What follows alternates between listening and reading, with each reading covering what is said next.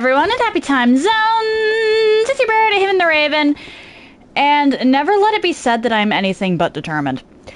In we go.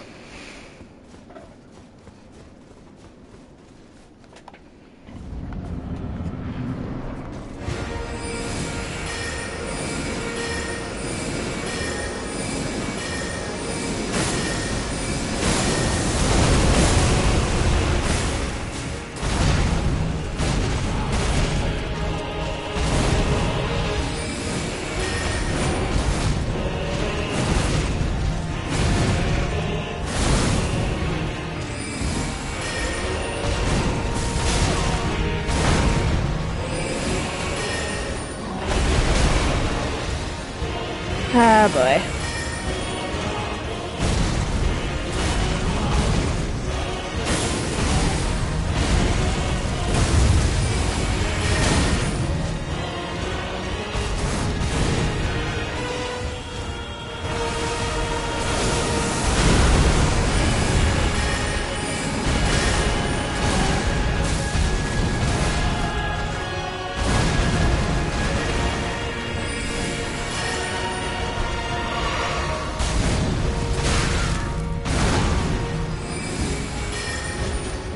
Really? Oh no.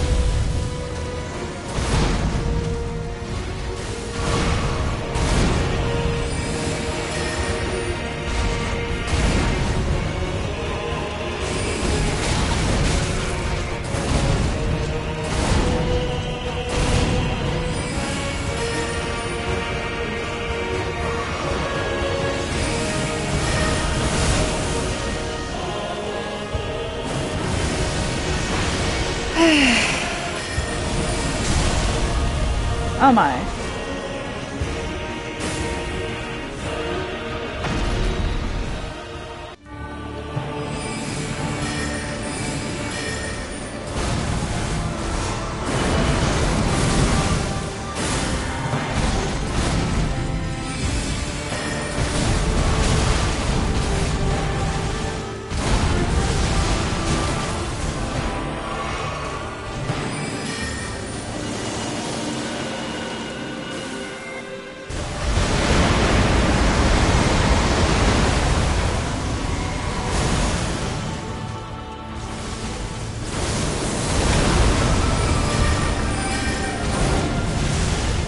Come on.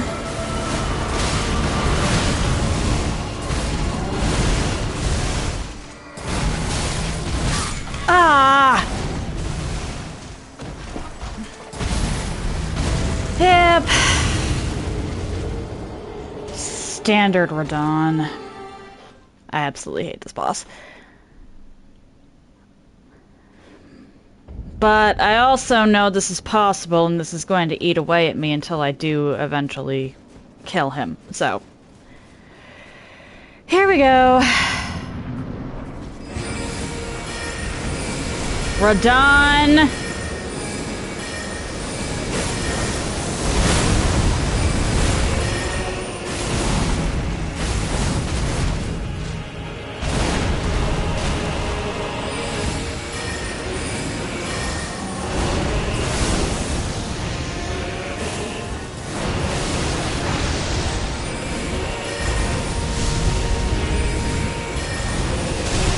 What? I hit!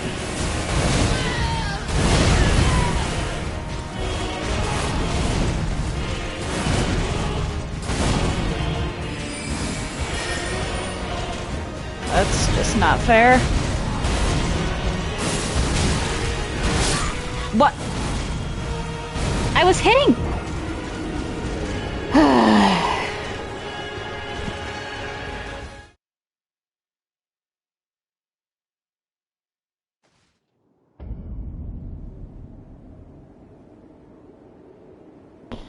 Why do I do these things to myself?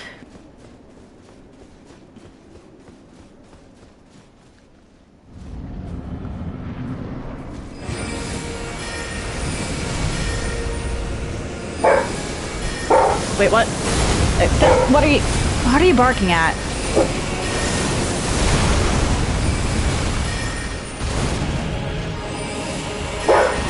Hang on.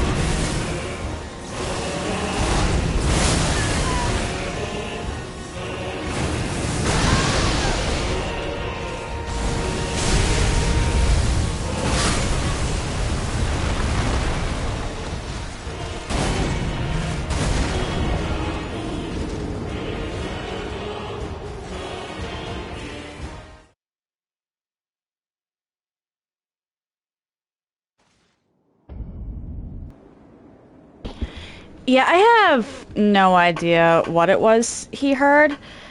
Guess I'll just keep an ear out.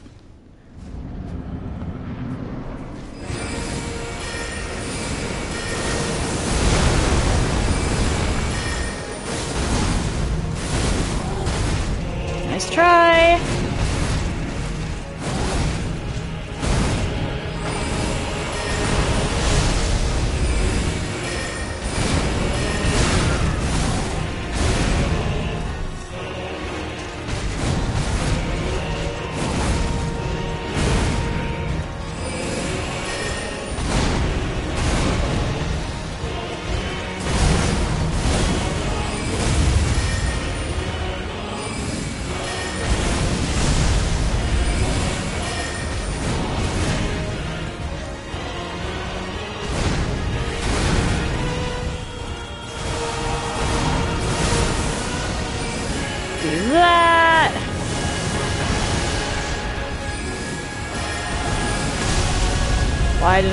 Why am I so dumb?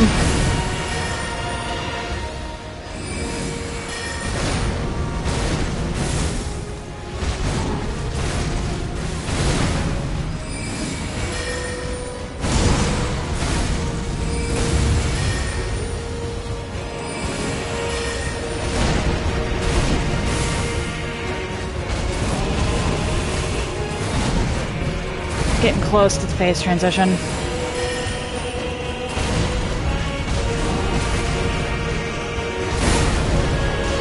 How did that not hit him?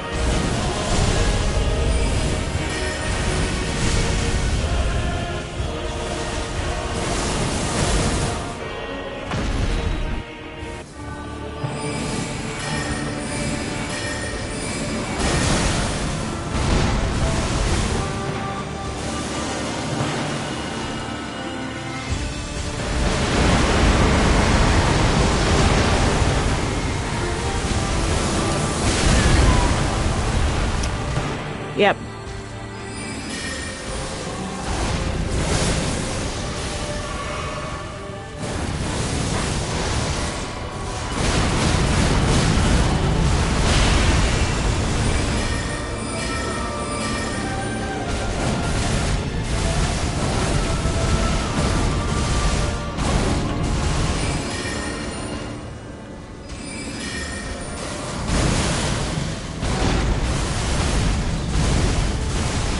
Nice try.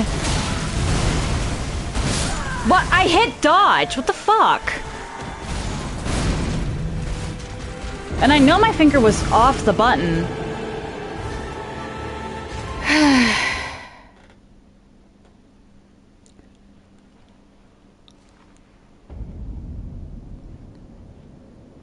I know my finger was off of the roll button when I clicked that. Or when I got hit. Ah.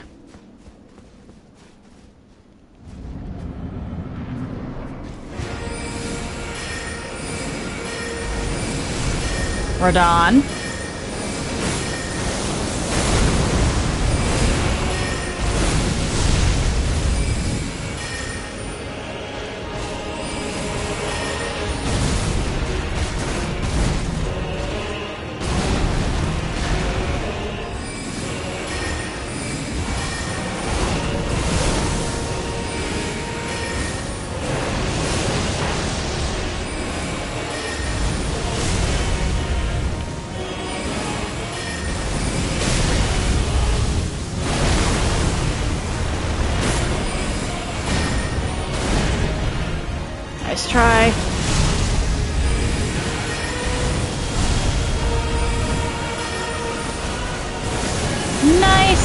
Fucking try, Radon.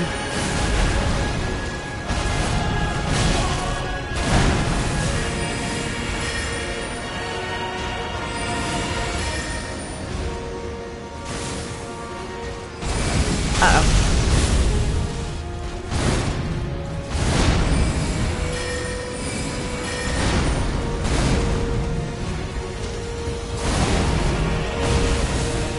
Why does that keep...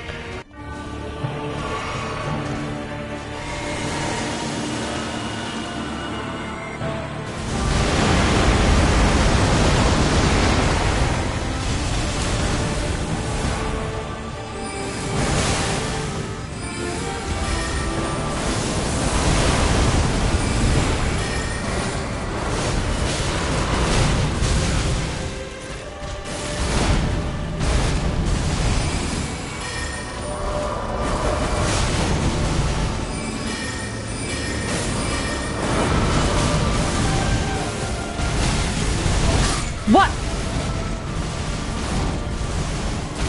I am hitting the button. I swear I'm hitting the button.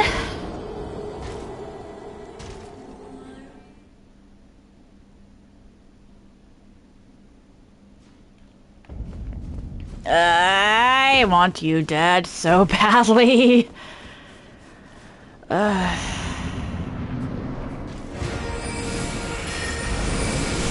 Radon. And he's doing Radon things. So we gotta quit out because there's... I did calculate it out and I don't have much in the way... There isn't much I can really do if I waste all that magic there. I gave myself pretty much exactly the magic I need to kill Radon. Plus a little extra because of the Blessed Blue Dew Talisman. So if I miss this volley...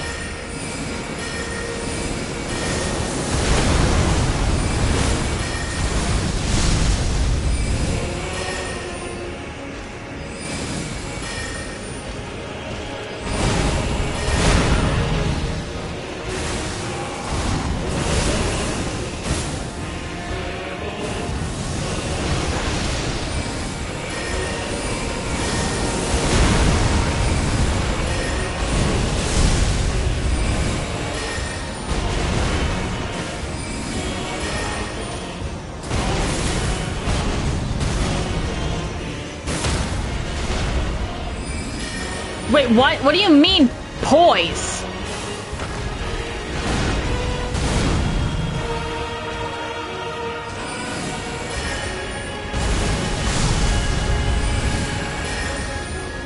What do you mean I broke his poise?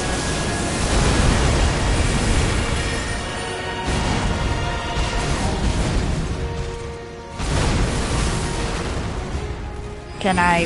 Thank you.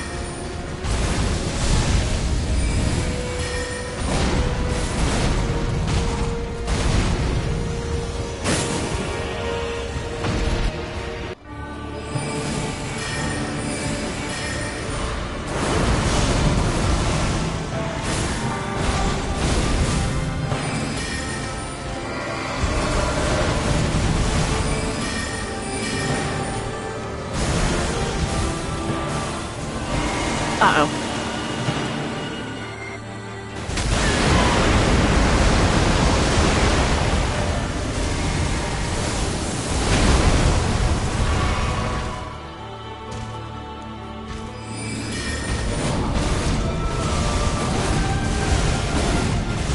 Nice try.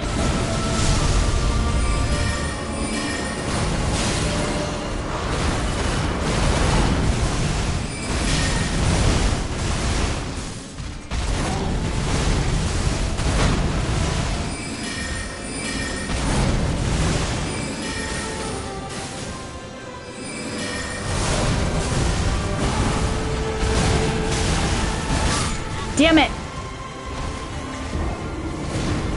Why was that suddenly so slow? Perhaps I should have stopped and healed. But unfortunately, that was my best attempt yet. Or at least, best attempt today.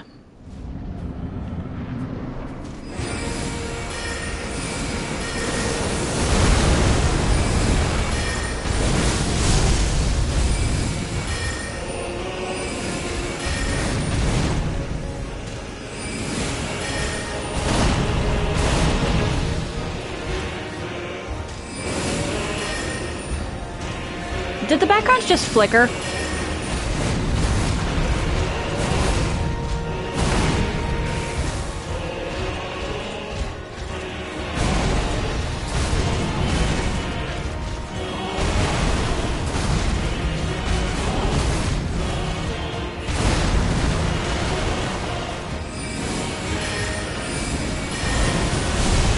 Nice try.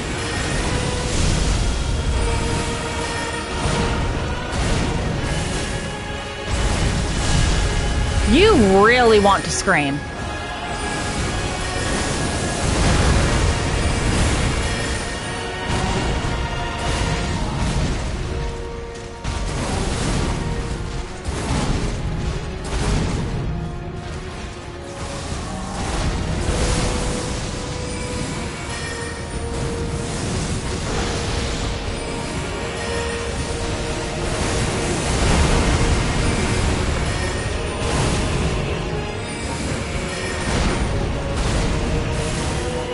Alright, cool.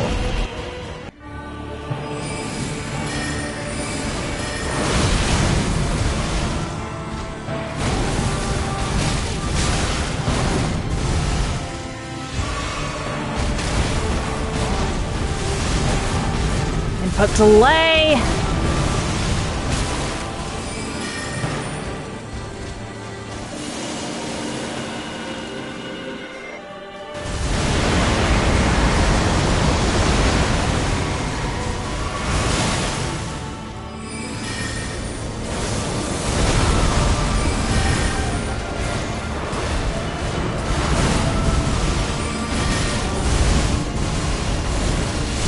Nice try.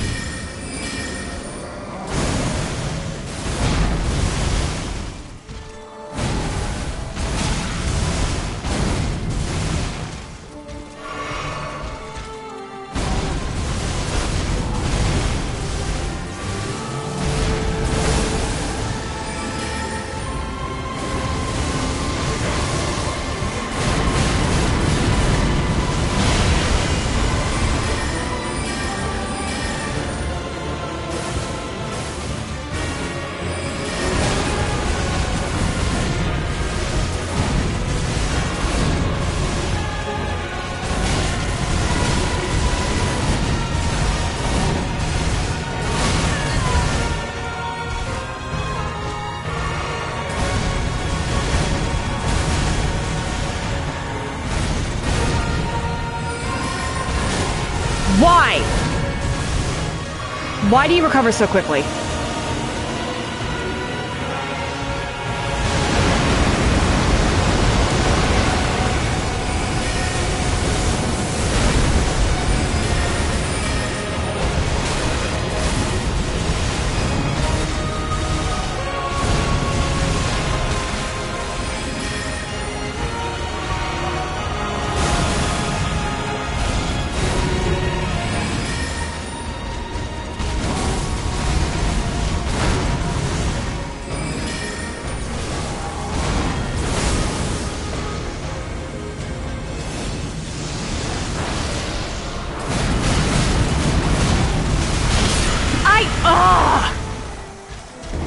For fuck's sake! I was hitting dodge.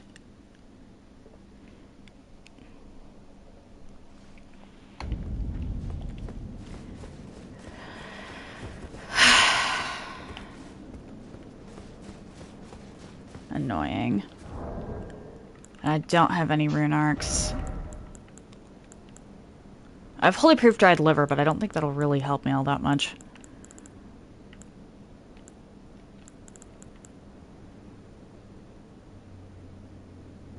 Can I make scorpion stew? actually? Or is that a one-time item? Because if I can make scorpion stew, that actually would be huge.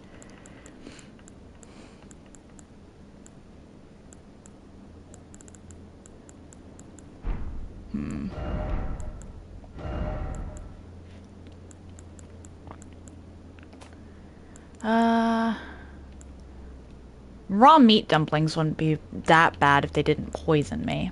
The poisoning there is the issue.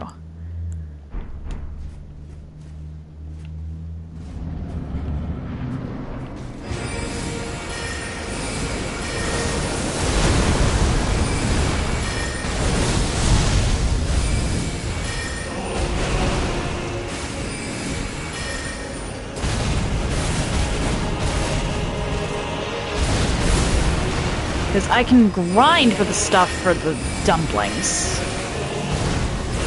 Well, I can grind dumplings and then grind stuff for poison boluses if I need to.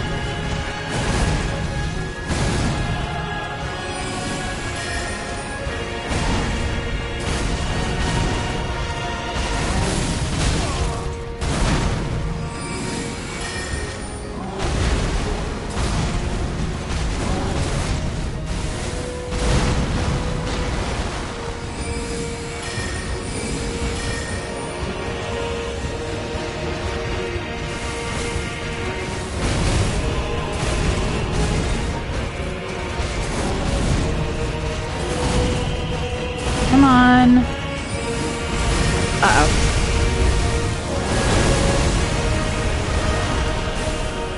I just got so lucky there.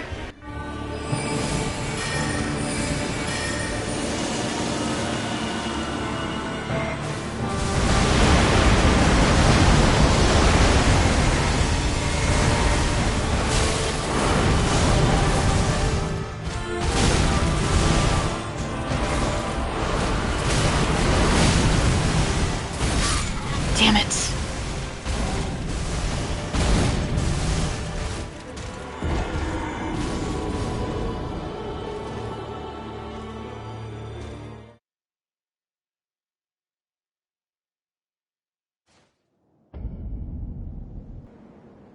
I swear I'm trying not to be distracted, but there are distractions.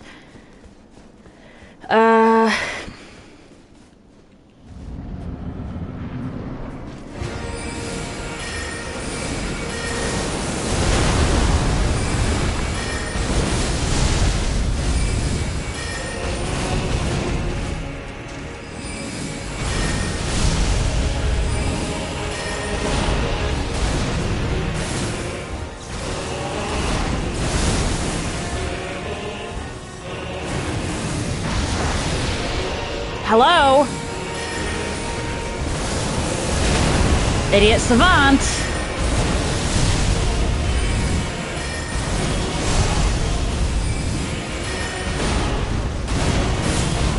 Why did I do this?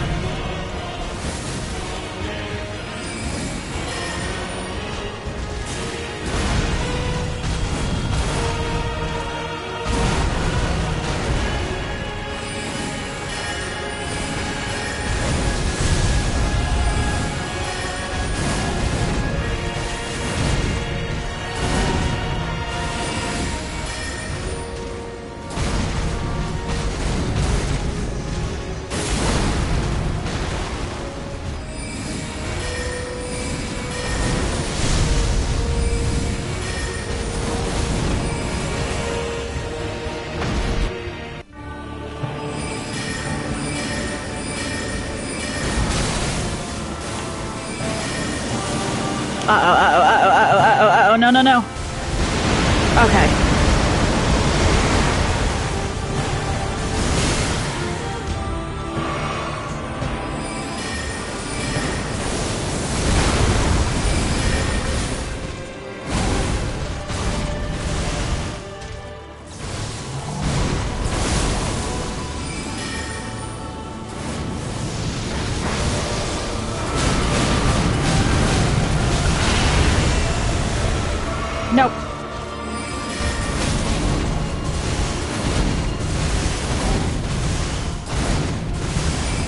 Why did that not connect?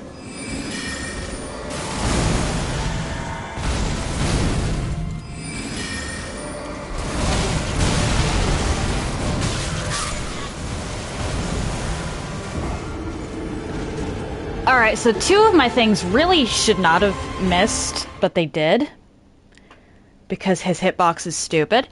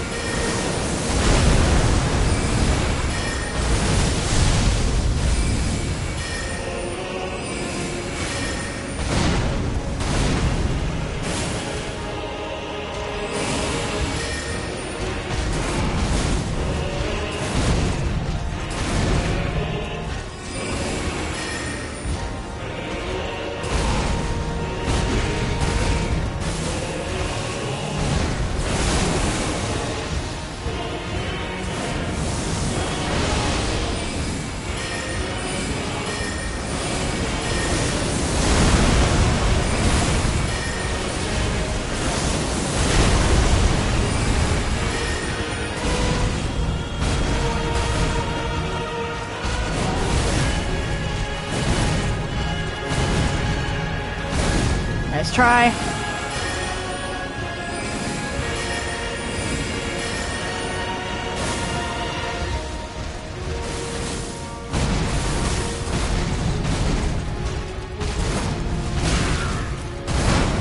That stupid cross slash.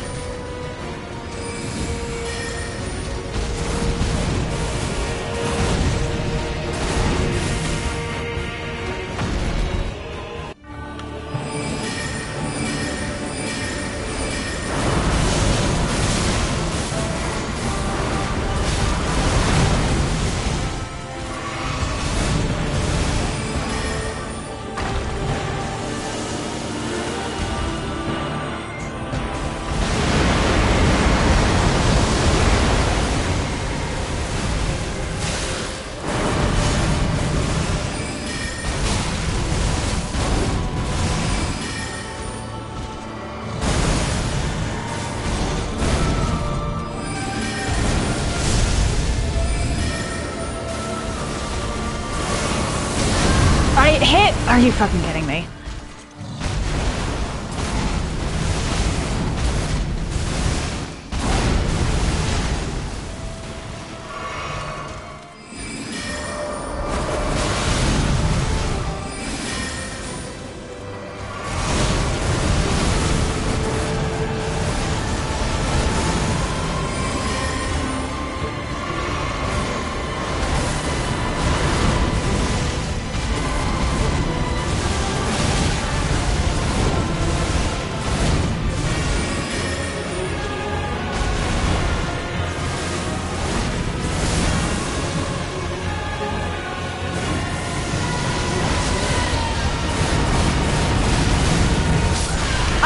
Are you kidding me? You get comboed and you're just dead.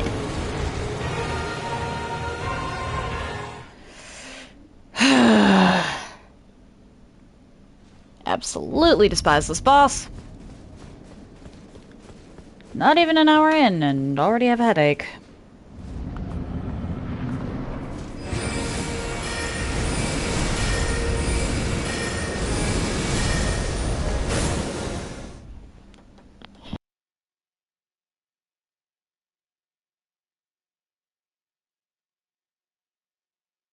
Can I do anything with this? Or can I get more scorpion stew? Because I feel like a scorpion stew might actually be really nice to have. Because it's not like I'm using Mikkel's Great Rune all the time. By and large, I'm pretty good at avoiding the grab. Of course, now that I say that, I'm going to get grabbed.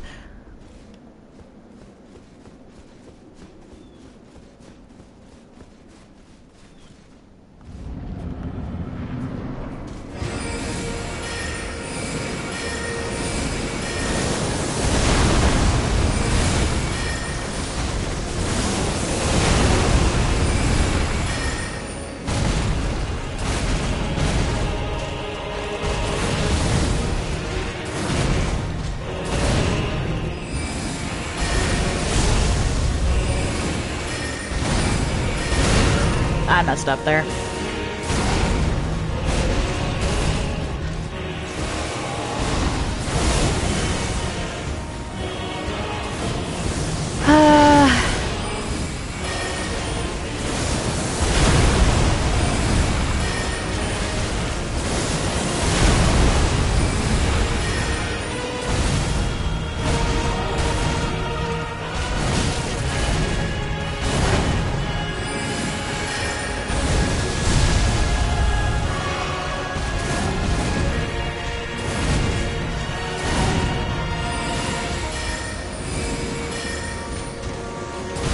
What?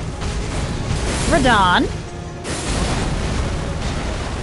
Were you suddenly worried about tripping, Radon?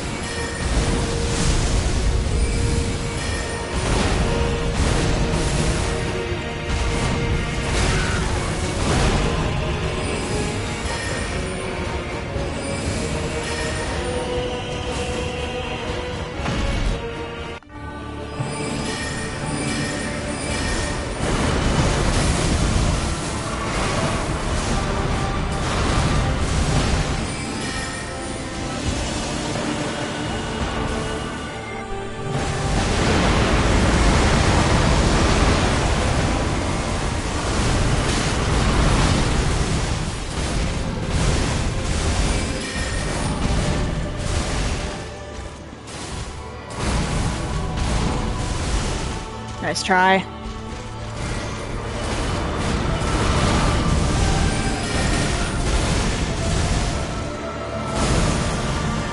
Uh-oh. Okay.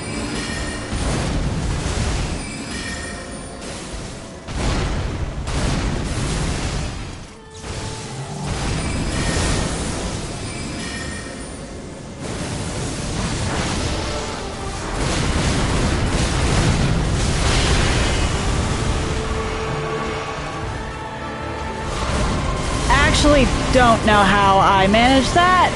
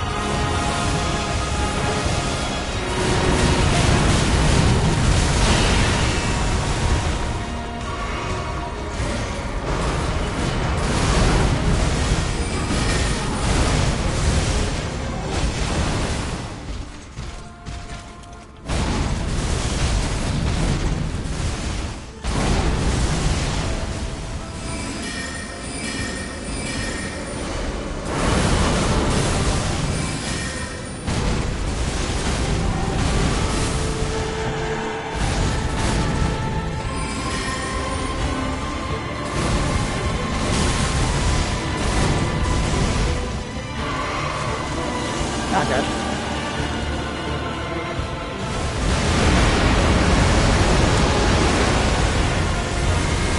Uh-oh, uh-oh, uh-oh.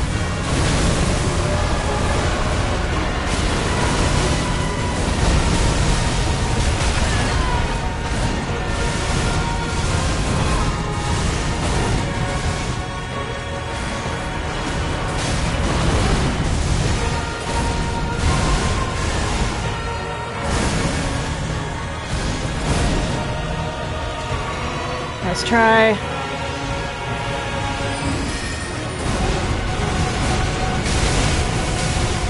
Are you joking?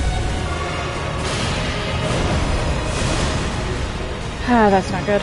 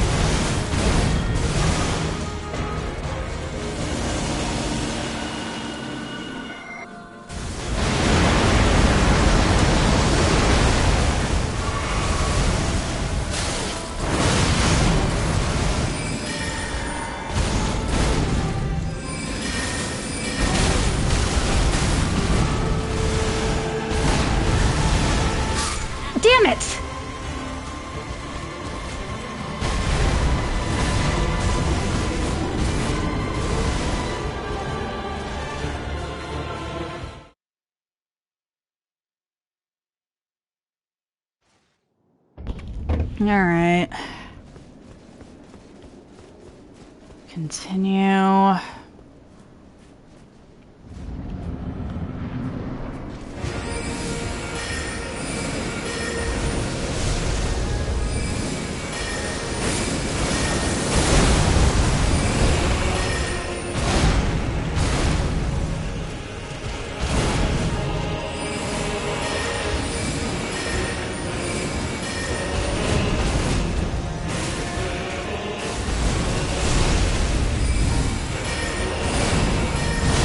Oh dear.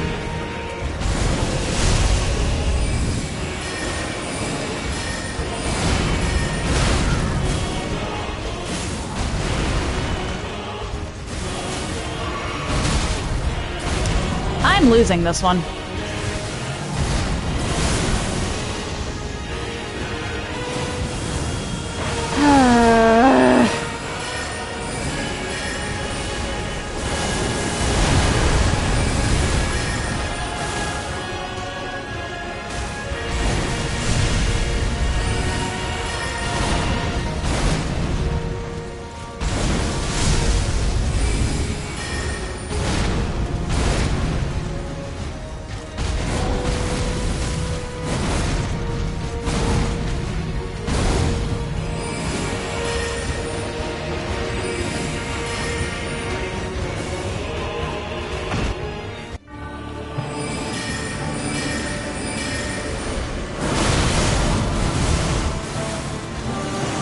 Oh, that's not good.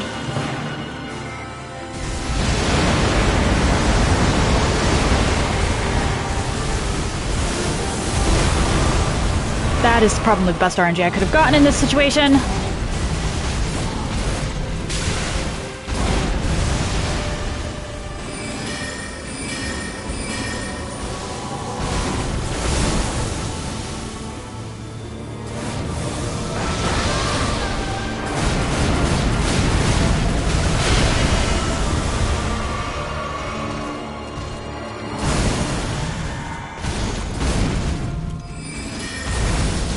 No.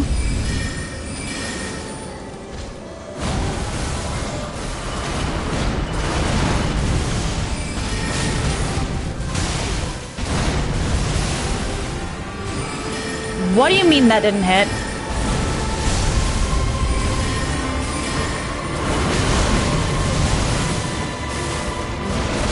Damn it. I got frazzled. And then my frazzlement betrayed me. I hate this guy so much. I genuinely fucking hate this guy. Seriously, chat, does anyone know if I can get more scorpion stew?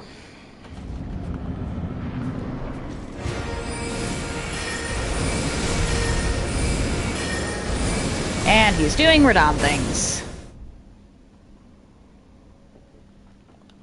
When Radon does Radon things, I have to quit out. Like, I can respect the screaming. It cannot be pleasant to have been murdered, assassinated, really, shoved into the body of your brother and pretty much forced to be the consort of your other brother. That cannot be pleasant. But at the same time, the scream is very inconvenient for me. Hello?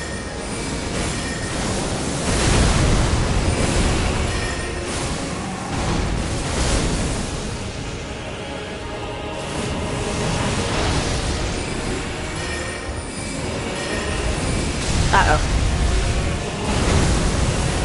Got greedy.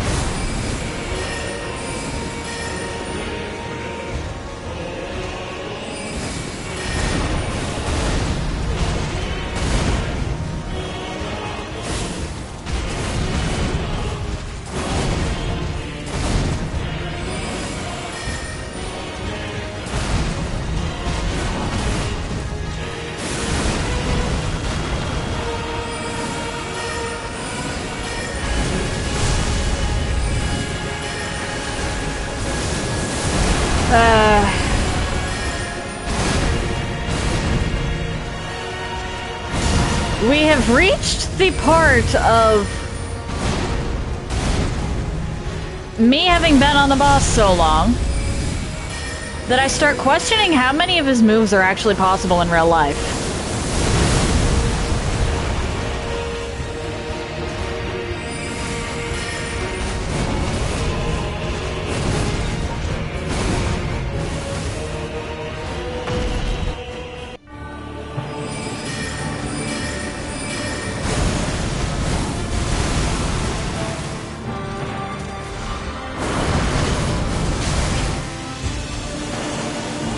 Really? Well, yeah, that doesn't...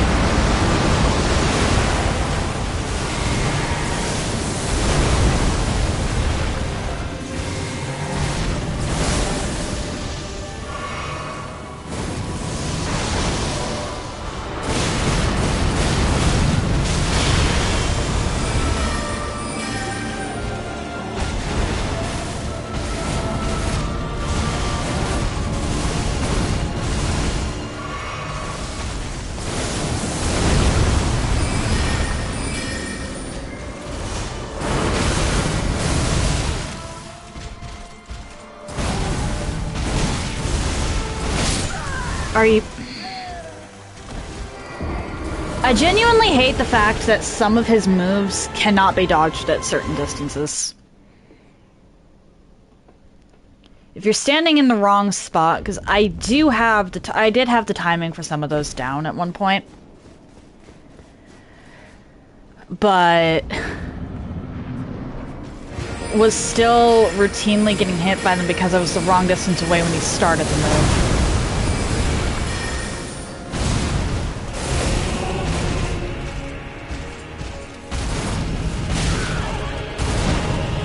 Or stuff like that happens.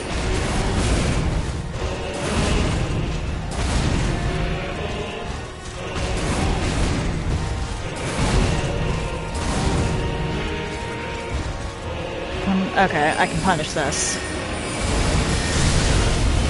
And then he immediately screams. Because of course he does.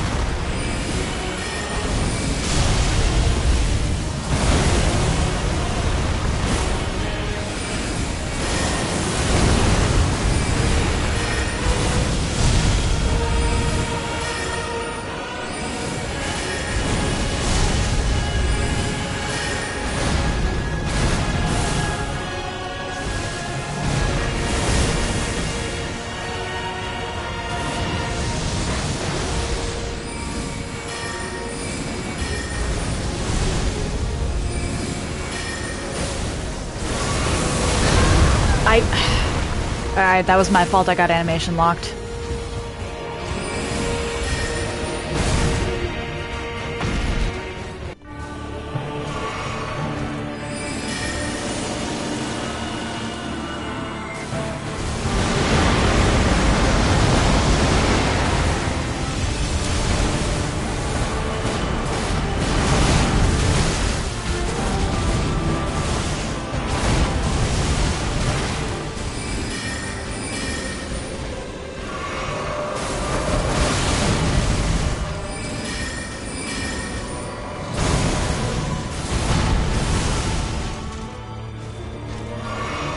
Okay.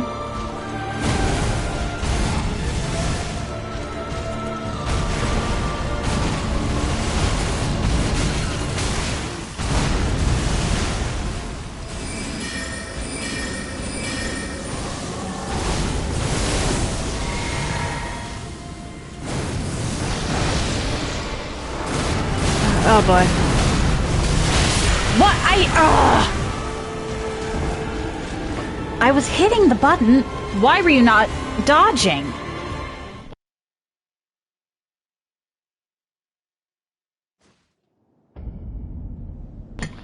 Why the actual fuck were you not dodging?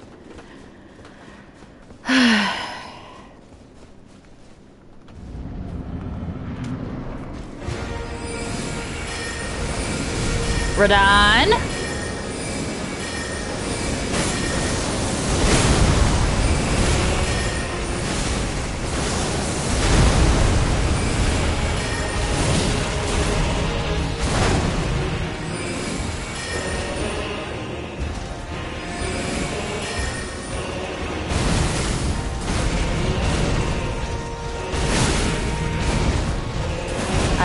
hitting dodge. Why are you... That one was me. That one was me. Just kill me at this point.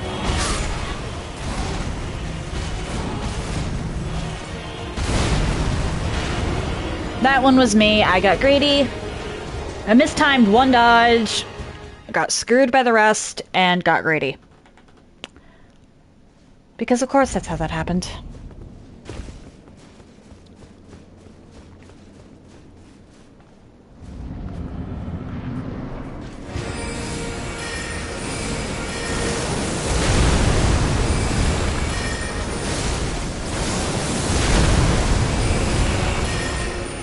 No.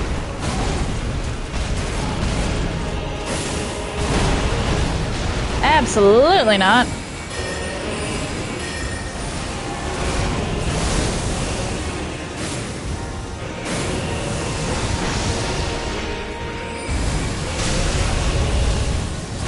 Idiot Savant, why did you not do that?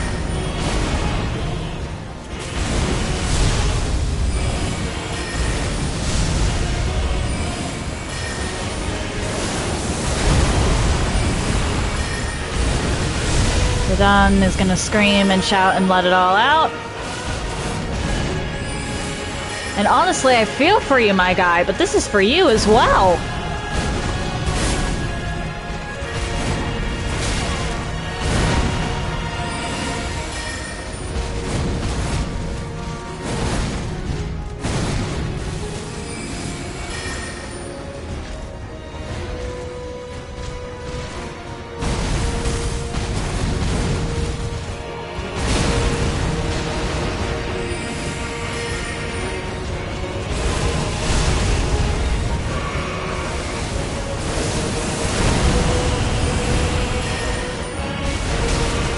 Oh dear.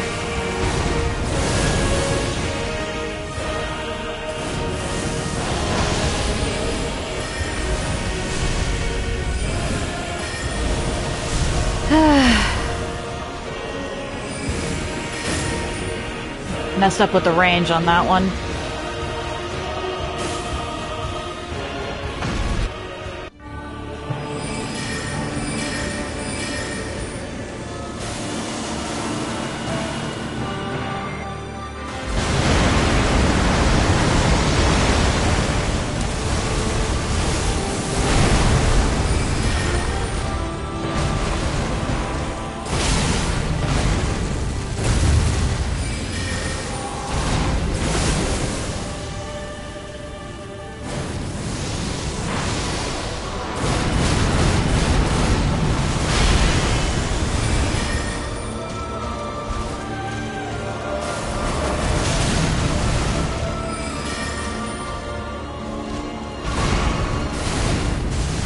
Got lucky there.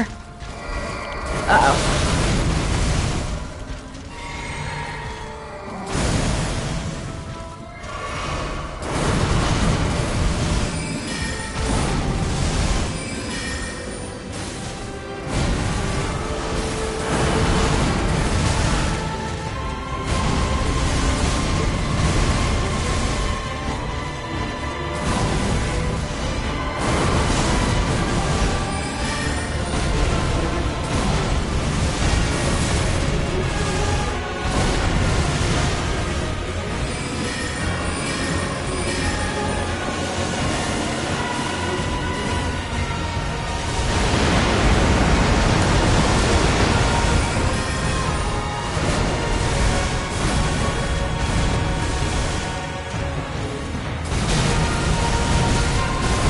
Hello?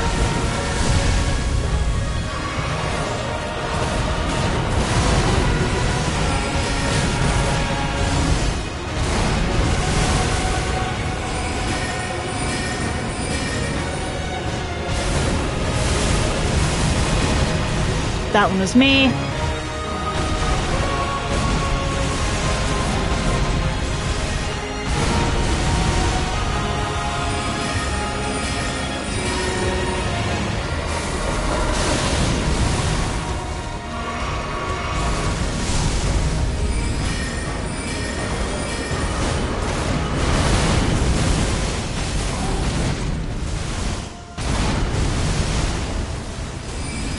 I hate that some of my shots just don't hit, despite the fact that they really should.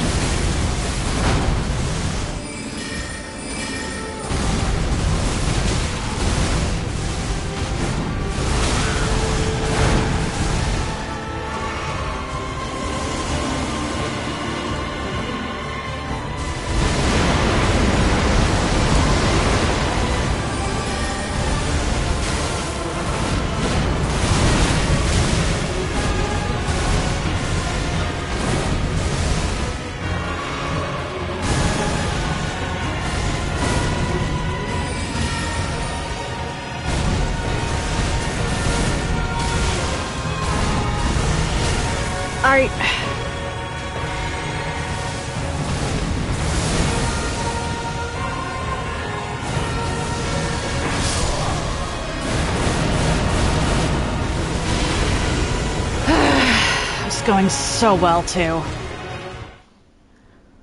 That run was going so well and then I choked. I should have healed immediately after using the other flask, or before.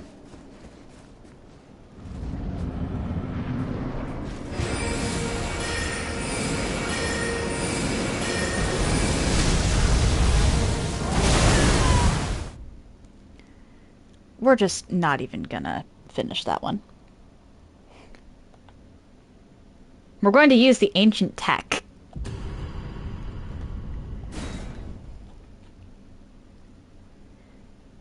Known as reloading.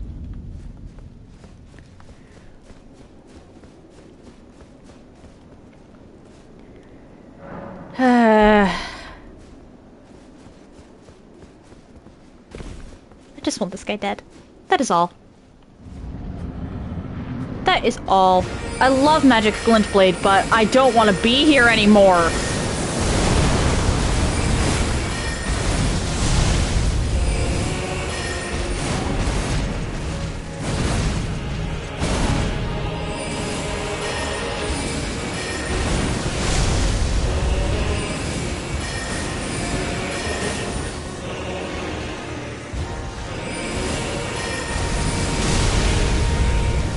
Nope.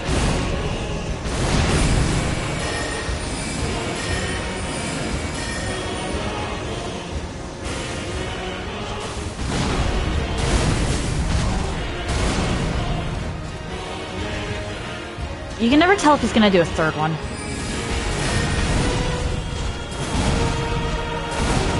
I just got so lucky.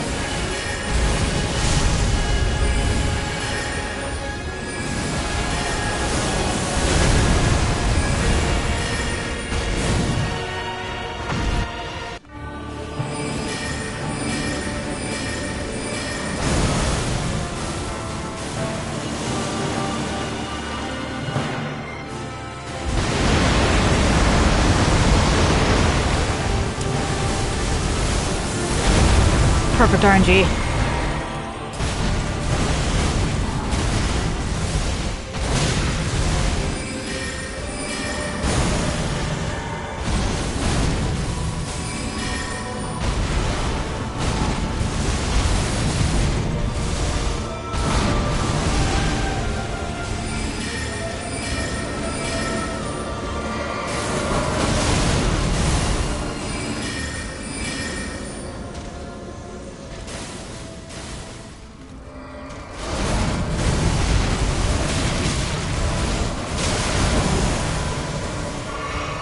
I probably should not have run.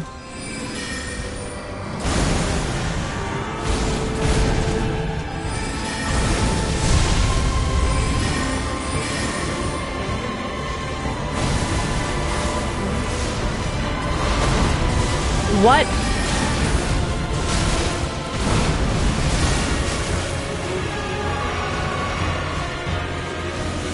I don't even know what happened there. Oh, hey, my 0 runes.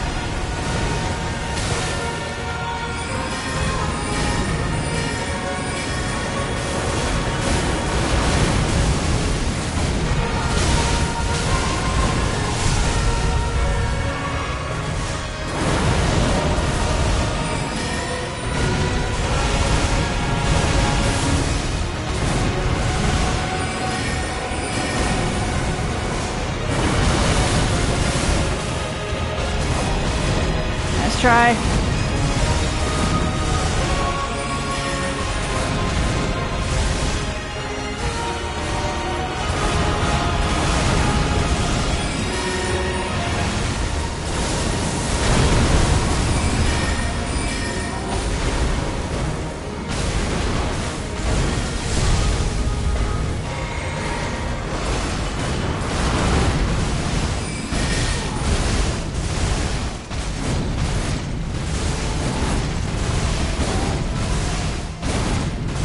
Come on.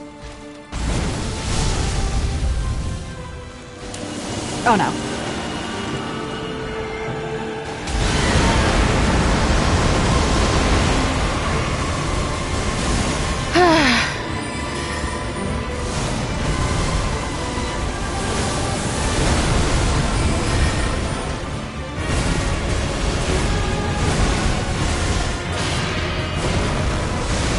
Okay.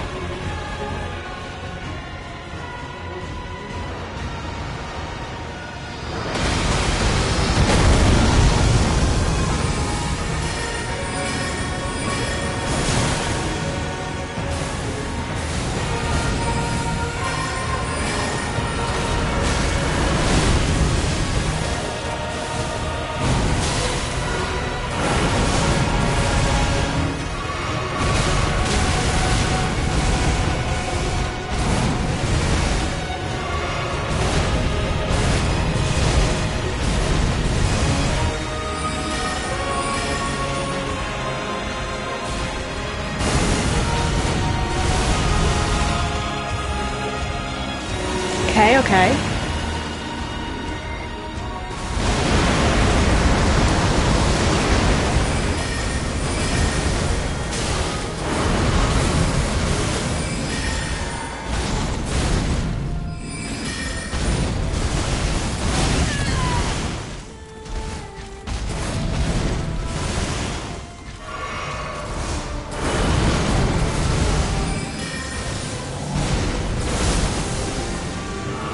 Okay, okay.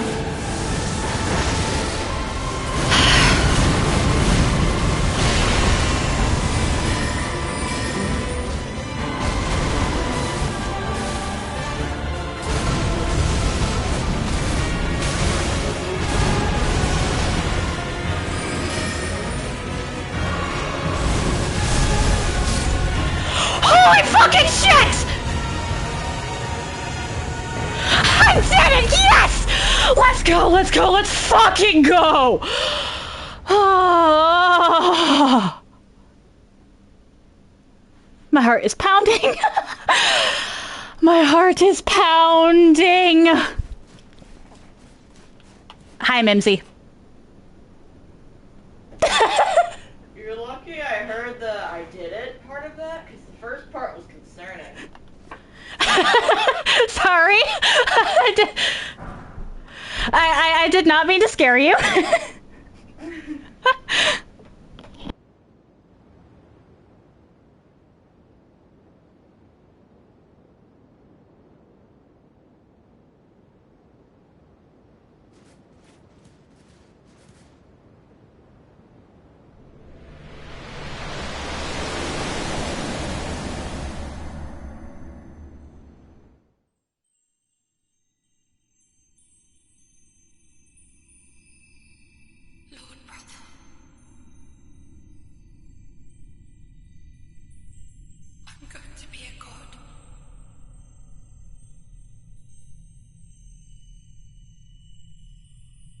If we honor our part of the vow,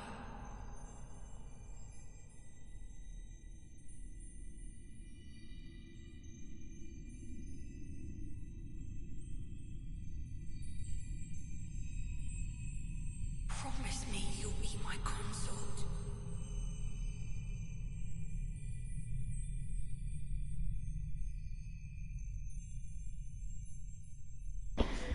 I am shaking from that. Oh. Like, actually shaking.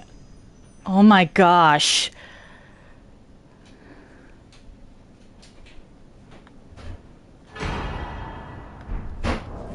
Let's see here. That actually is enough for a fucking level. Okay, okay. Well, that is officially every single Remembrance boss in the game, both base and DLC, with only a starter spell.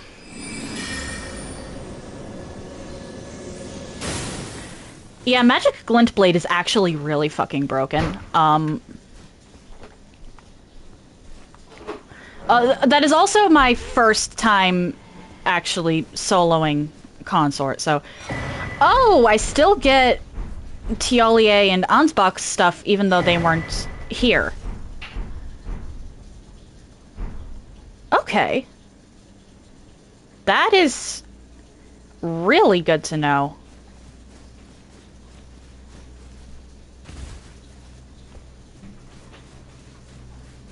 Okay. Now, what I don't understand is why the game doesn't let me destroy this stupid gate after the fact. Why? Why do you not allow me to do that?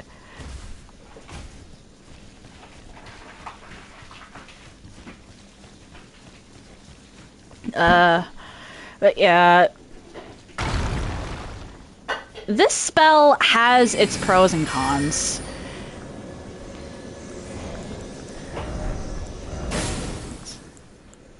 Shit.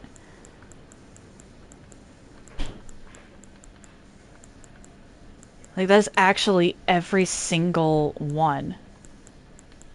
And you have to beat Romina to even get here.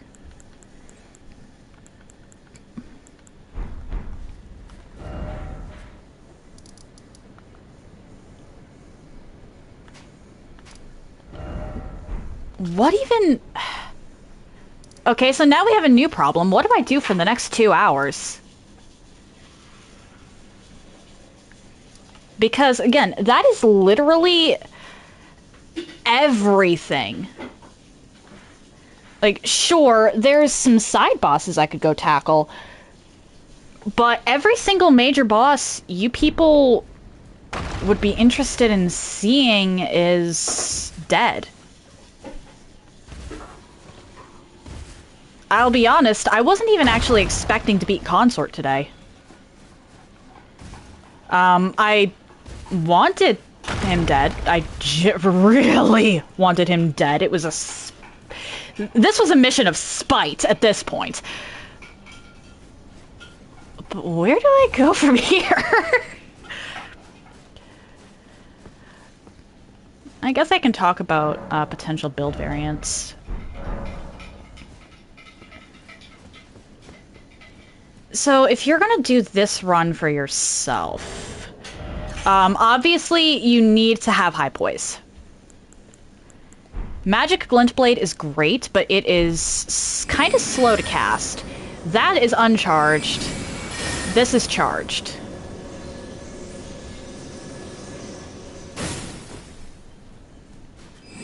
One, two. So it's about like 50% of the time just to cast, and then it takes longer to actually fire.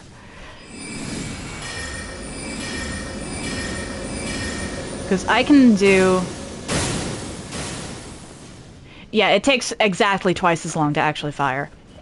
So you do need to be mindful of the timing, and being able to tank a hit or two while you're casting is going to be invaluable.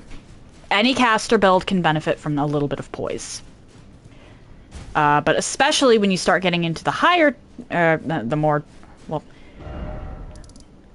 the scarier bosses, we'll say. Because that's when things get crazy.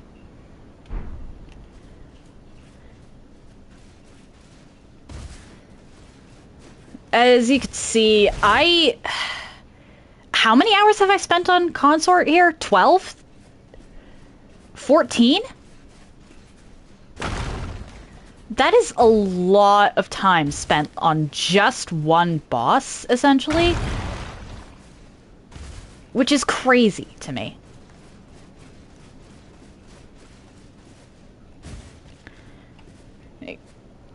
And again, well... Okay, to be fair, there's a couple things working against me with this one. This was my first fully solo run of Elden Ring. I probably should have done a casual solo run before going into the starter spell only, but at the same time, this starter spell is almost always a part of my arsenal when I play casually because this spell is great. Like, I knew it was great. And now it has... Magic Glintblade spam has literally carried me through every remembrance boss in the game at this point. That feels so strange, but at the same time, so good to say. Still fucking hate Consort, though. So, yeah, you're definitely going to want, as far as your stats go, you're going to want high endurance so that you can actually wear some of the stuff. Because you're not guaranteed to be able to get a spell off, even with 98 poise. I have 98 poise. Even if I had 100 poise, Consort was still going to be staggering me. That is actually ridiculous.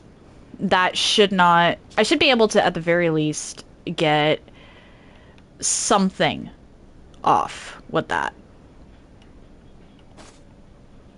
I did not realize there was a hide helmet option in this screen. That's cool.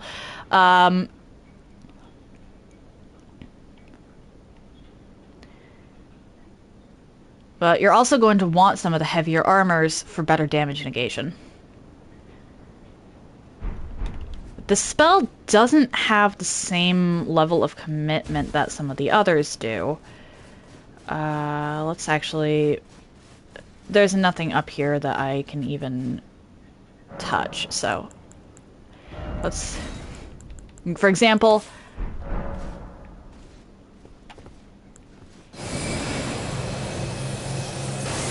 It does not lock you in place for as long as that does.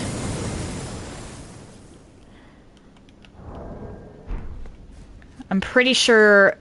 Actually, I know for a fact that the moon spells also wind up taking more time to cast. Loretta's Greatbow and Loretta's Mastery I adore. But they do take a long time to cast. I actually kind of wish that FromSoft had a...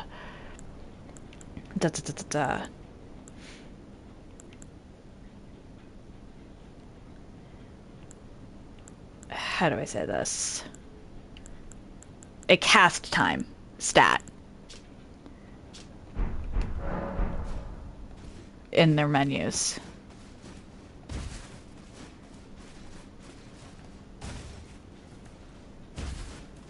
Because I am actually kind of curious, and I don't feel like timing things myself. I'm actually very bad with timing things. I break out the stopwatch, and my sense of time just kind of disappears. I think the wind took offense to that. Okay. So yeah, you're definitely going to want high endurance so that you can wear the heavy armor for poise.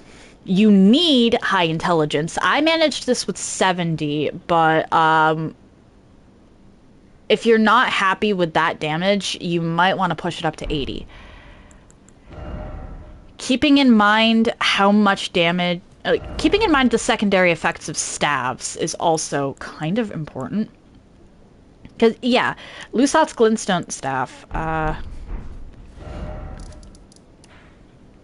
Hang on, where was the thing that it was over here. This is what I normally use for my damage test.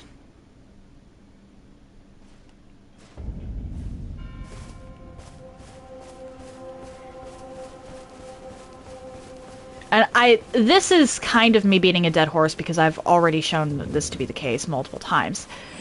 But here is Glintstone Staff, or the Glintblade Staff. 2493.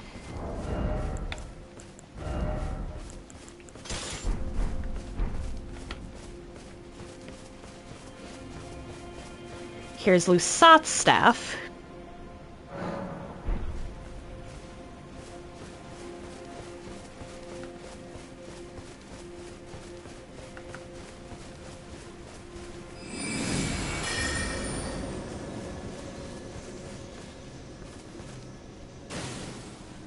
$24.9. Okay, so I actually did more with the Glintblade staff this time. That is actually really good to know. It was only by 2 points. But despite the fact that for any other spell, Lusat's staff would be better.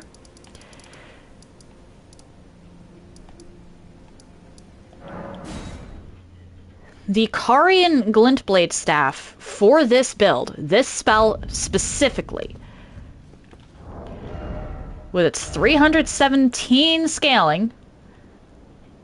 Yeah, this is 317 scaling, and this is 364. Lusat's should be doing more damage, but because of the boost Glintblade sorcery passive, this one does more. Now, if you really wanted to buff the damage, I should not have left that, actually, because I'm curious. Like, if you did not care about having something equipped for stamina,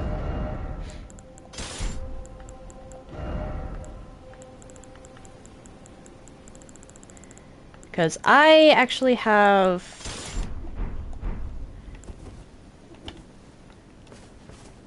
the turtle shell so that I could more easily dodge and recover my stamina for continual attacking. You could also do that, which I think I've been spotted, which will reduce the damage, but... yeah, that's a buff. Because the passive from the Glintblade staff does actually work in the offhand. The reason I didn't do that is because I needed the stamina regeneration and couldn't afford to sacrifice a talisman slot.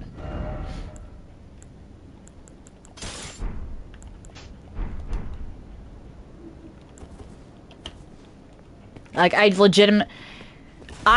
kind of needed this exact talisman loadout for Consort. Blessed Blue Dew talisman gave me a bit of leeway, so that even with only 2 blue flasks, I still would technically be able to beat Consort, despite it being a bit of a slog.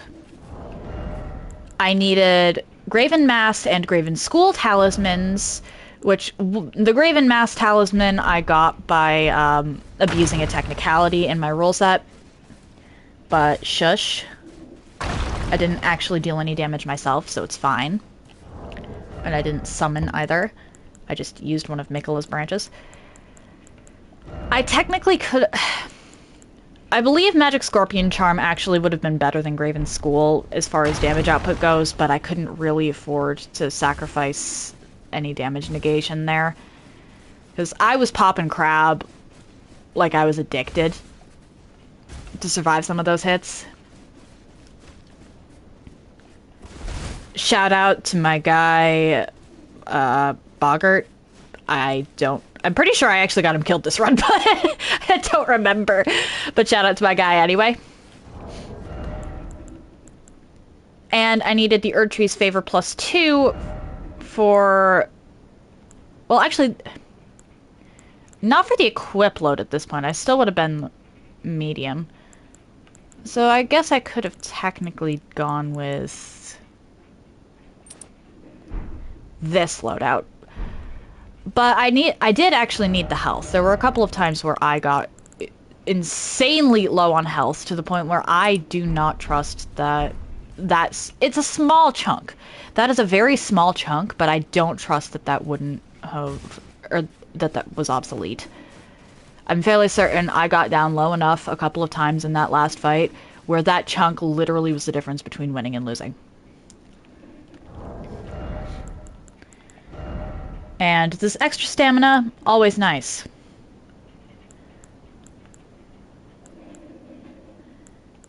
Because again, that means I can attack and dodge more. Which is also the whole reason I have the turtle shell equipped. I didn't even end up needing to block. Probably would have saved me some trouble, but I didn't end up needing the block.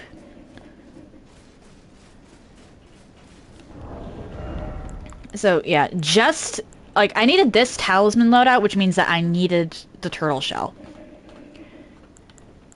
And you could probably do it with a different talisman loadout, really. But any sorcery run I do, like any sorcery only run that I end up doing, is probably going to have this loadout.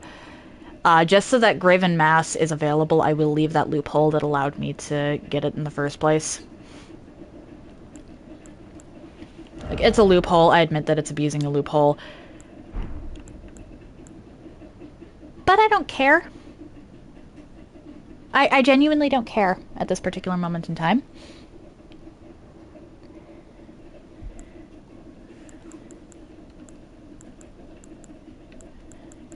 And honestly, for the consort fight, just stack holy damage resistance.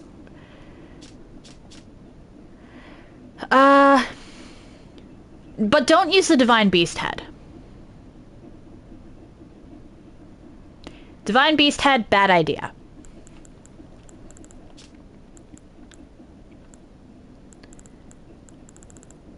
Genuinely bad idea. Because that... You also need your flasks. And also, do not forget the Scattered Tree Blessings.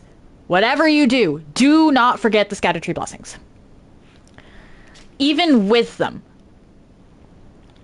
I was having the trouble that I was against Consort. If you are going to do this run for yourself, just to see if you can, do not neglect the Scattered Tree Blessing. You will not win. Or if you will, you will either not win, or you will have to go in with pretty much all of your flasks in blue.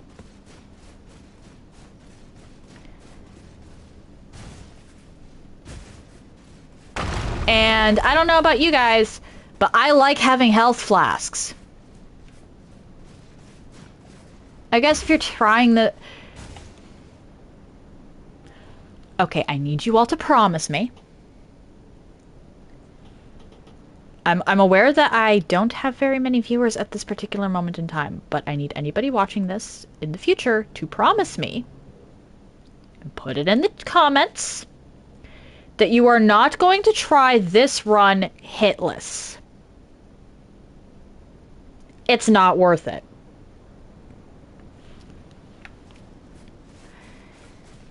That aside, yeah, Blessed Blue Dew actually makes it so that most fights are possible. Even if you don't outright have the damage normally, you can wait it out with the Blessed Blue Dew Talisman. So maybe you would be able to go in with Crimson Flasks if you didn't do the Scatter Tree Blessing, but I really wouldn't recommend it because that fight will take forever. The consort fight alone will take forever. We're not even going to mention getting to him.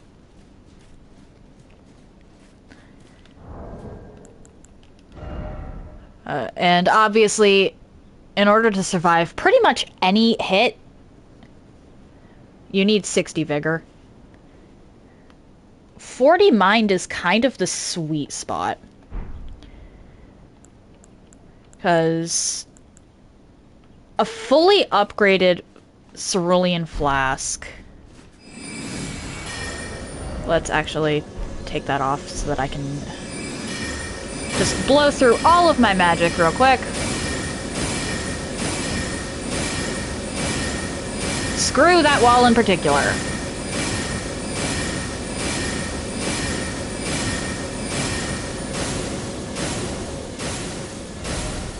Alright, so I am at 7 FP. And that brought me back up to 227. So 40 mind will give you enough.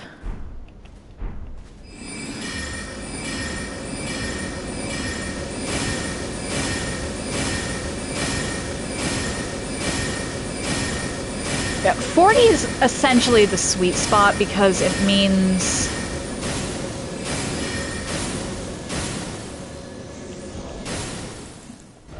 Okay, and then I'm left with 11 after that.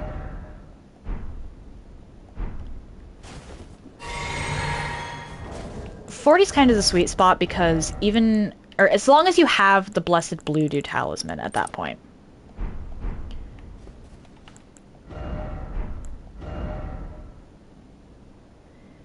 It's very slow, but a single sip from the blue flasks, along with waiting a couple of seconds, will just get you back to full.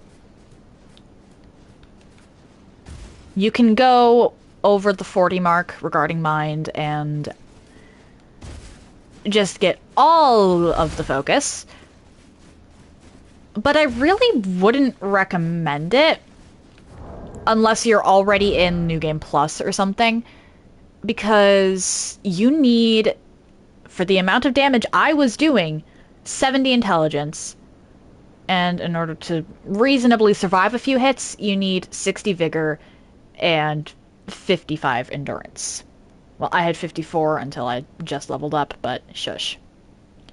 We'll say around 50 endurance. With all of that in mind, it really makes no sense to go above 40 mind. Going above 40 mind for a run like this just is not worth it unless you absolutely have to.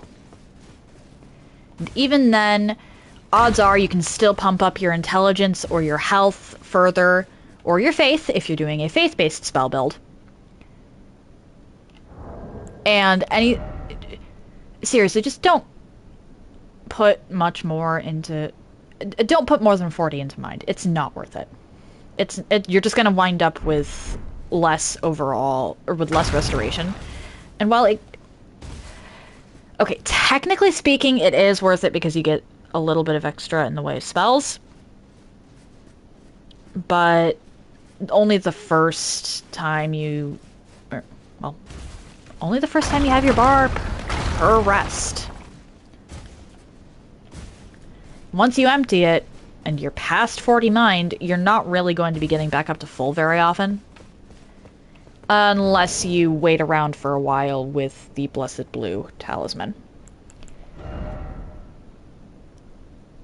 And again, I just proved that 40 mind plus Blessed Blue Dew Talisman with Magic Glintblade and a ton of thought put into my build. Well, thought and grinding, because I have 70 intelligence. Makes this doable.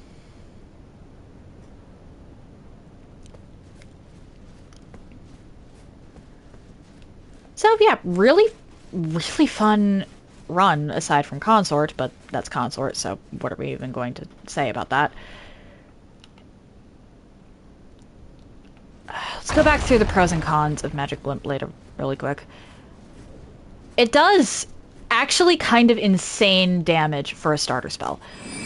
The charged shot with the Scattertree Blessings, I'll have to go back and test it in the lands between, with a build catered around it specifically, will do 1,000 damage to Consort. This will do 700. Really solid damage for a spell you literally start the game with. Or can start the game with. Now, the delay is both a pro and a con. The reason it is a pro is because any enemy that is liable to dodge isn't going to. They'll dodge on cast, not on effect.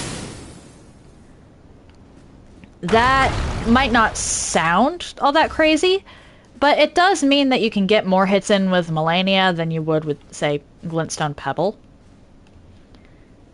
I've actually had her dodge Stars of Ruin before.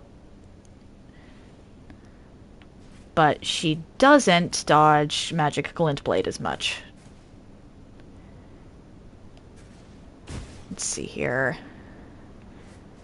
It is, however, a con, because once you cast, you have to run around and hope you don't get hit before your opponent does.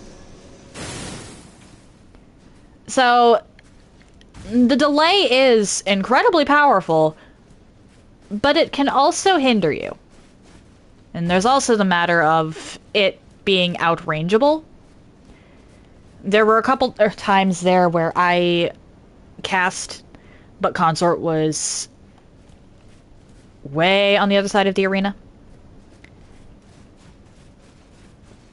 I was quitting out every single time Consort opened with spamming screams, because as soon as I came in, I was launching a volley.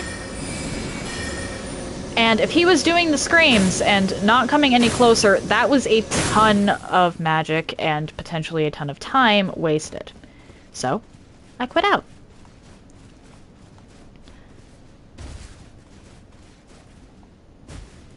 That said, for a spell that accessible, because again, you can start the game with it, with the damage output that it has, and the low cost of, what was it, 12?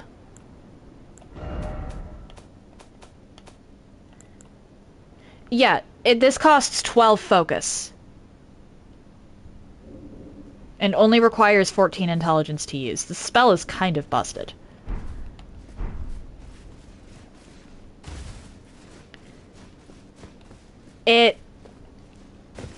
Honestly, I can't fault the range. It has a decent enough range for having such a low cast and such decent damage.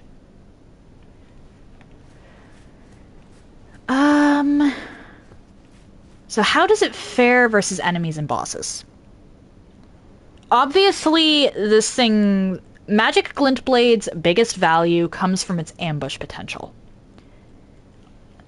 This game has some kind of sneak attack mechanic where if your opponent doesn't know you're there, you do bonus damage. And Magic Glintblade capitalizes on that because you can cast it and then go hide in a bush about this far, and it'll do the damage, and you can potentially even grab a kill with that if your damage is high enough.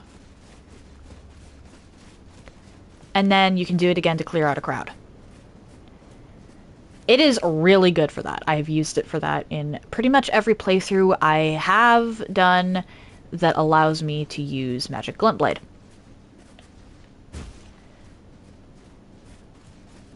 It is less good when you're actively being chased. If you're being chased by like 4 enemies and you're trying to land one single charged attack, you're better off just going for the regular shots there.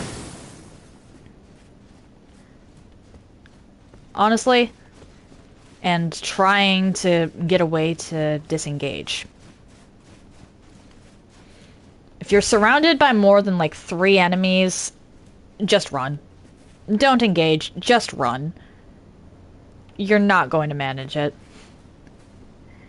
The casting and the effect take too long.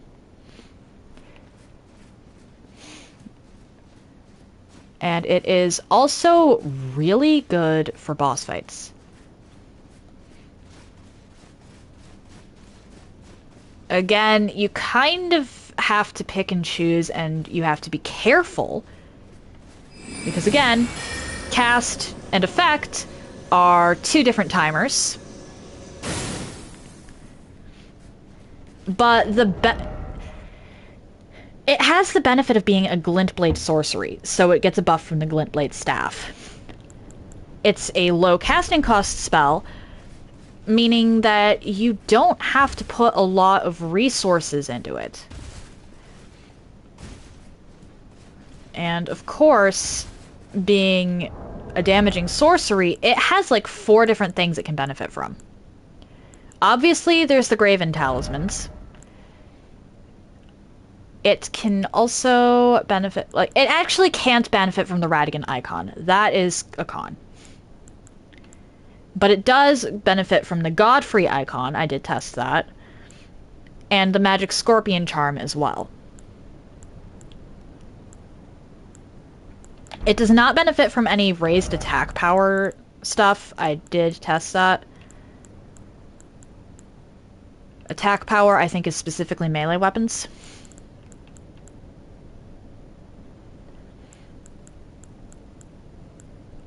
But having 4 talismans that benefit it is actually pretty nice.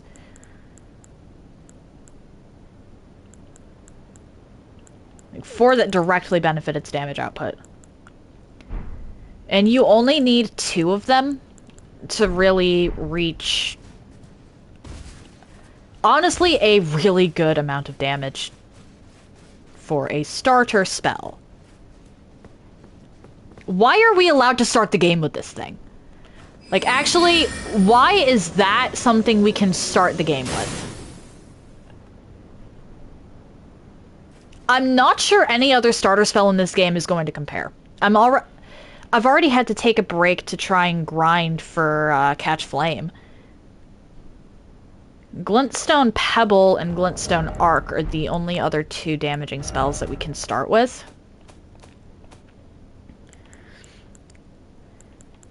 And both of which are on Astrologer. And Glintstone Pebble in particular, I think, is going to be a problem. I think I'm going to have trouble getting damage out of that.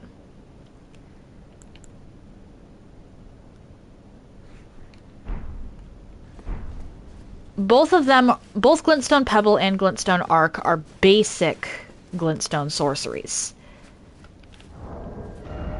I don't know about you, but I don't see Buff's basic Glintstone sorcery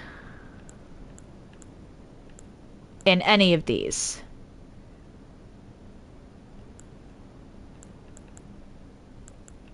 Which means we're going to be using Lusats for both of those runs. Which also means that I'm going to wind up with the FP debuff. Because I'm going to end up with the FP debuff, that also means that Glintstone Pebble and Glintstone Arc are going to require... Did I seriously not get it this go around? Huh. They're going to require the Glintstone Blade, or the Primal Glintstone Blade, or whatever it's called. You know what? Let's go back to Mountaintops, because that one... I can get that real quick. I know where it is.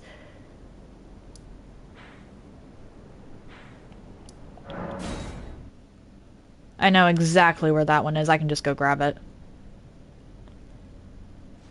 The run's technically over, so I don't care if I end up, quote-unquote, breaking the rules for this. Torrents! There we go.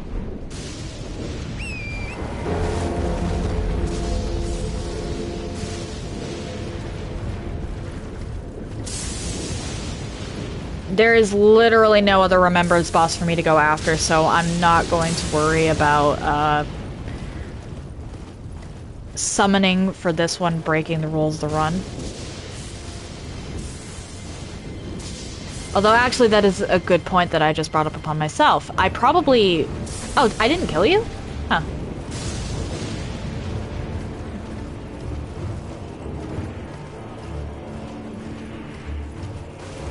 Or wait, no, was it in Consecrated Snowfield? I feel like it was here.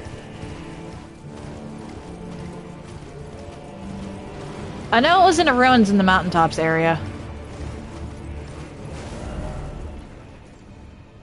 It is, I just went the wrong direction. Because I am goofy like that.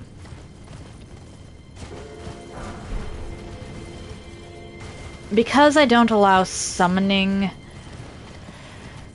I think I may have made an exception for Latenna, because Latenna literally... It's not even a use an item prompt, it's a text prompt to summon her. there is no chance of her ending up being... Where did you go? But this... Dear sister, you're finally here. No time to waste. Let's see the stars.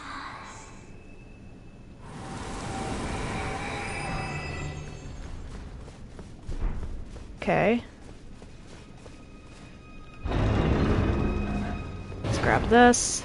But this right here, the Primal Glintstone Blade, is gonna wind up being pretty much mandatory, I think.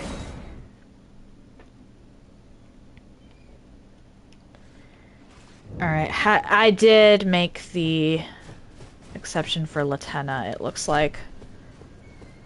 Just based on the fact that I can even get here. Sometimes it's hard to remember what it is I have and haven't done with a run that has been going on for so long.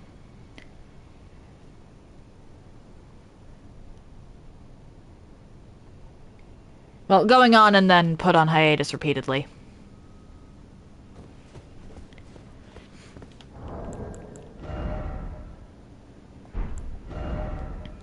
Alright, if I made an exception for Latenna, then I guess I can make an exception for Aurelia.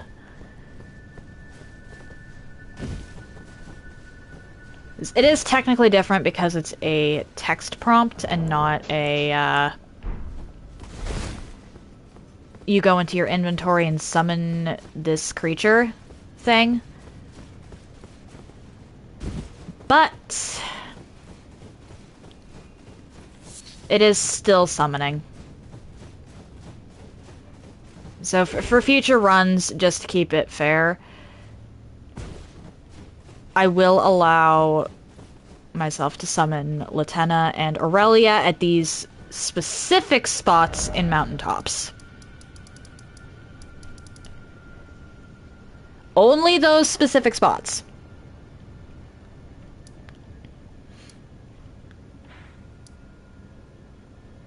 Did I beat Vike? Eh, whatever.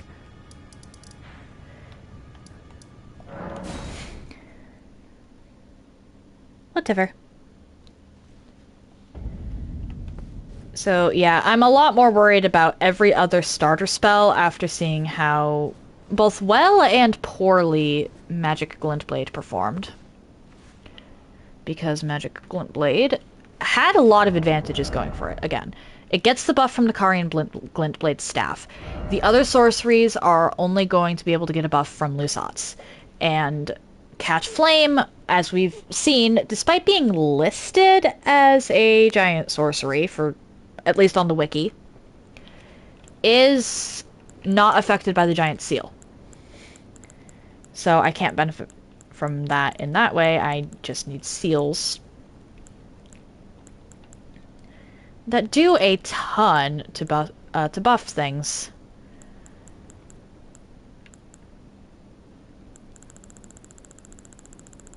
And it's going to be in a I'm going to be in a similar situation with the other two. So I'm going to need Lusat's Glintstone Staff for that. I'm going to need at least... I'm probably actually going to need more Mind for those two runs. So yeah, I'm anticipating the other two sorceries to be much more difficult. Because they don't have... they're not part of categories. They are not part of a category, and not being part of a category makes them kind of, it makes them worse in this case, because they don't get a passive buff. Naturally, sorceries will still get a buff from the Graven incantations.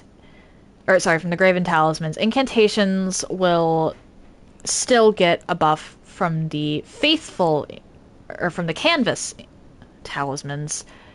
And the Radigan and Godfrey icons can be used depending. And, of course, there's also the Scorpion Charms. So that's a potential for 5 to buff utility.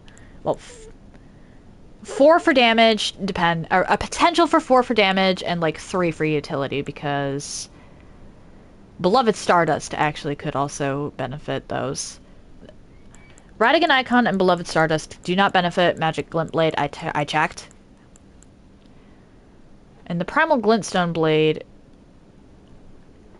actually might be useful for all of them. I'll have to go back and check with Couch Flame. Incineroar from my... Actually, no, Couch Flame... Do I have that with this? I do not. I don't think Catch Flame actually uses enough that the Primal Glintstone Blade is going to make any difference whatsoever.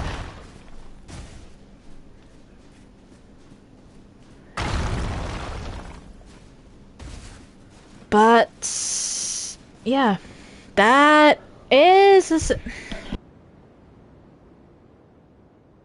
Apologies.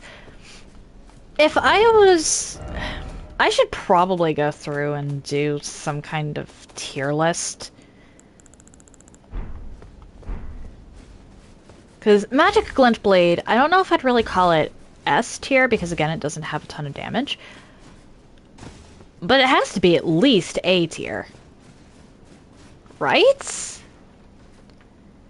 Like, this has to be at least an A tier spell. Just based off of convenience.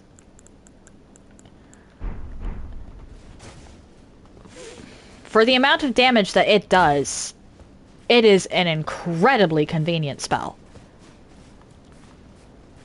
Again, its worst application is when you are surrounded by a bunch of enemies that are actively attacking you, which isn't very often in this game, and have to resort to spamming the smaller versions of the spell instead of charged.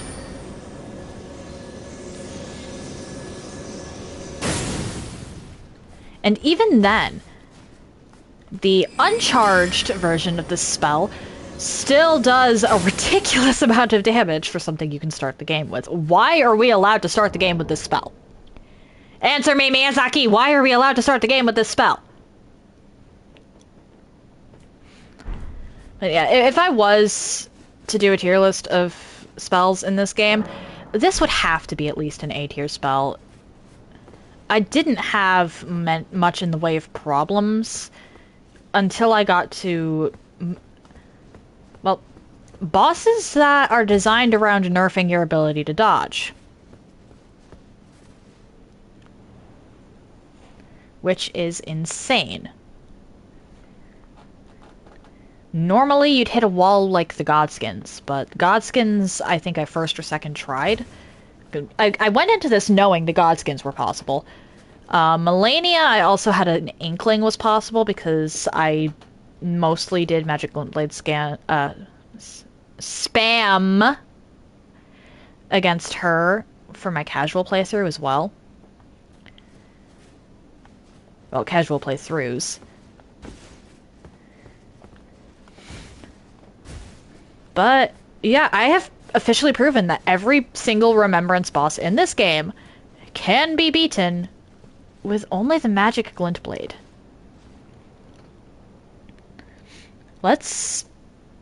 I'm gonna call it here. I have spent half an hour just yapping. I have actually just spent half an hour yapping. Okay. Or was it 40 minutes? Something to that effect. But that is the finale of Elden Ring Magic Glintblade only. Like, the finale. I'm not coming back to this run because there's no point. Sure, there's some side bosses I didn't get, but all of the main content in this game has been cleared. If you are... well, so we're gonna end. If you're interested in anything I've done up until this point, you can check out my YouTube channel. I try to upload stuff same day, and I group my runs by playlist, so they're easier to find. If you're interested in seeing my announcements, I post them to my stories here on Twitch, to YouTube, and currently also to Instagram. If you would like to see my clips in an easier fashion, I post them to YouTube, currently to TikTok, and currently to Instagram. The links to all of that are in the chat now, though I don't blame you if you decide you don't want to check any of that out.